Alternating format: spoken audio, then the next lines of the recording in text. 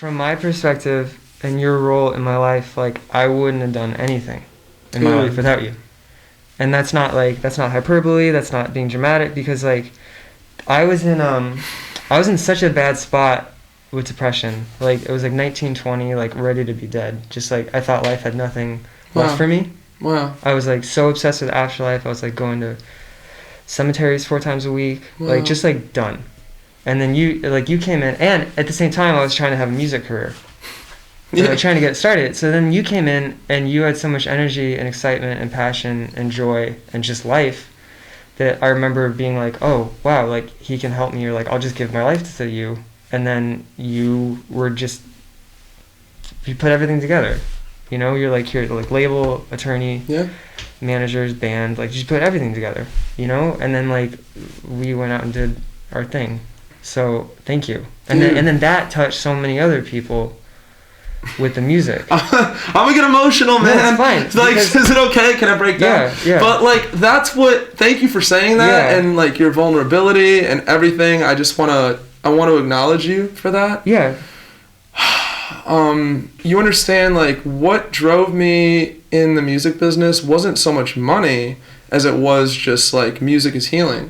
And I was like, yo, if I could play like a conduit to getting that right, and that's essentially what I was doing. Like, you felt that, right? I was like, let me be a conduit, get amazing music heard to lift other people up, you know? Yeah, I mean, there's so much music that wouldn't have been heard without you. Oh, I mean, none of my music would have been heard without you. Dude, thank you. Yeah. Oh, that's crazy. I can't tell you how healing that feels. You know, when we parted ways, it was like we didn't even talk about parting ways, you know? And the joke is like, how did I thank you? Oh, I fired you. Like, like, you know? But at the time, it was like, but you were just operating in the consciousness that you like had at that time, right? It was a combination of like, I was massively depressed. Okay, I was undiagnosed, like severe depression, severe anxiety. Of course. No coping tools.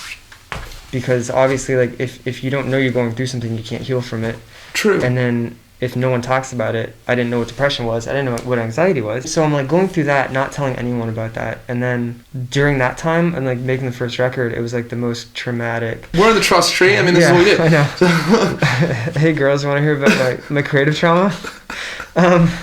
No. So, and then it was like so much trauma with just like people I was working with, and then even like, you mean fellow musicians, like producers, like other people just on the team that like that I didn't register as trauma. So I was just like overwhelmed by everything, and didn't know what to do. Your whole like, you know, music is healing and connection. Like I was like so far gone. You didn't even realize that because you were coming at it by ego, I assume, at that point, ego, right? Yeah. You're like, dude, like let me be on covers of magazines. Let me it was just, that's what I was at. I was like, let's get famous. Yeah. Let's like make something that the planet will remember. You were in this lull period where you're going to cemeteries and like super, super dark, and then like you said, I came in as this light, like kind of infused you with like, all right, let's do this.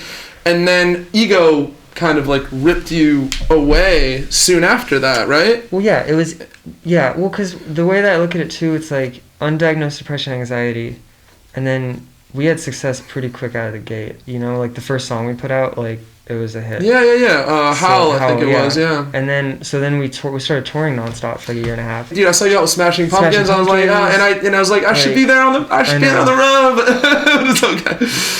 I know. I'm sorry. We're getting the healing right now, Kyle. Okay.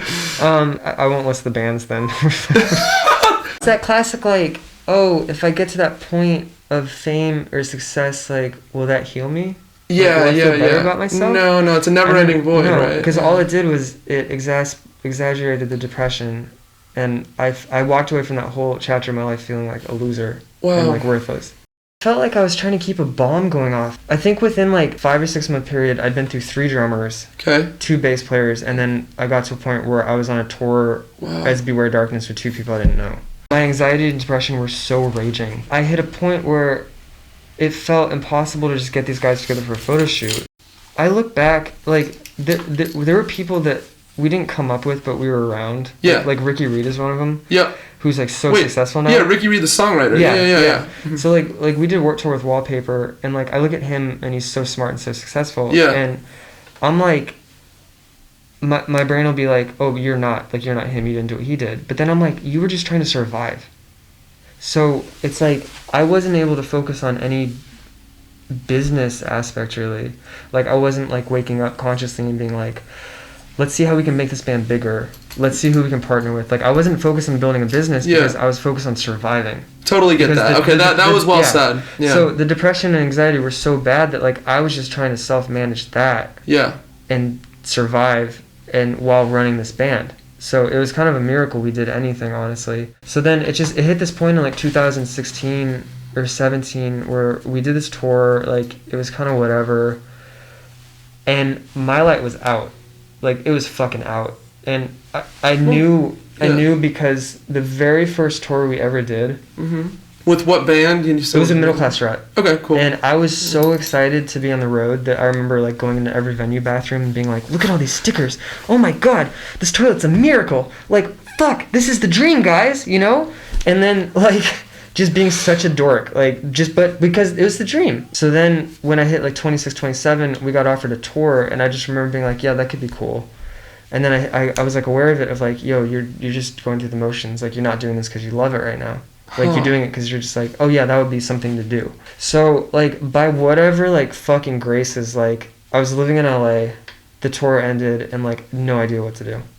So did you feel really alone in that? So alone. Very alone. Well, okay. Yeah. Again, it's like you talk about from age 18 to 28 basically. Mm-hmm.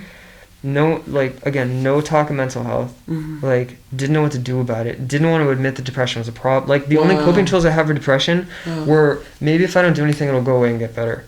Congrats on 2 years sober, by the way. I saw you post that. Can we like dovetail that in? It goes right into that. Yep. Yeah.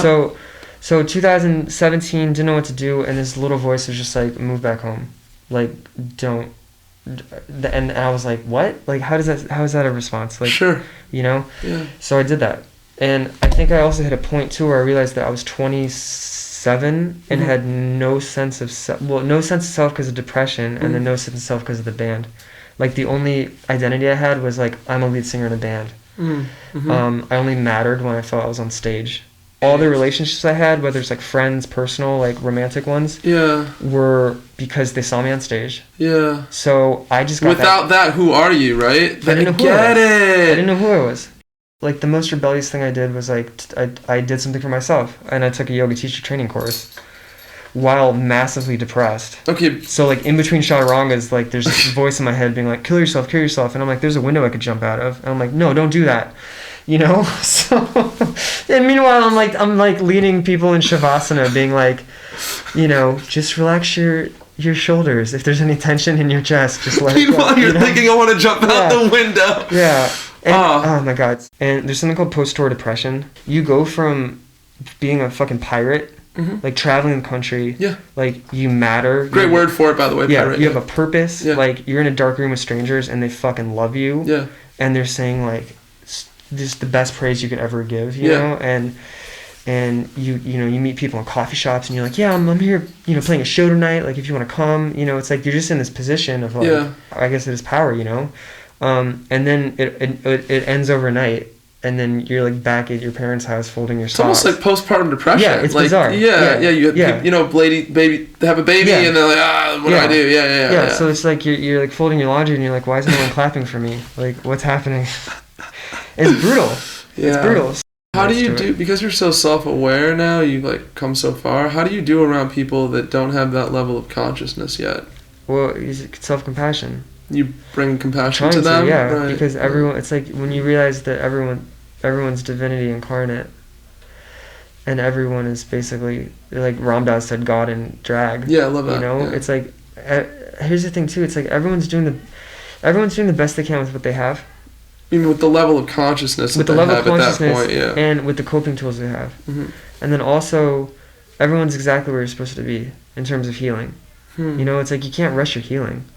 Yeah, I like that. You know, I think there's a weird tendency to like compare our brains and humans to like a computer. We're like, yeah, we just fucking upgrade it and like life hack it and like go faster. And I'm like, dog, we're like fucking flowers. You know, it's like we're blooming in our own time, we're growing in our own time. You can't really rush it.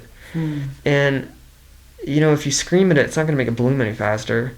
You know, like you just gotta let it do its thing and let it be. You know,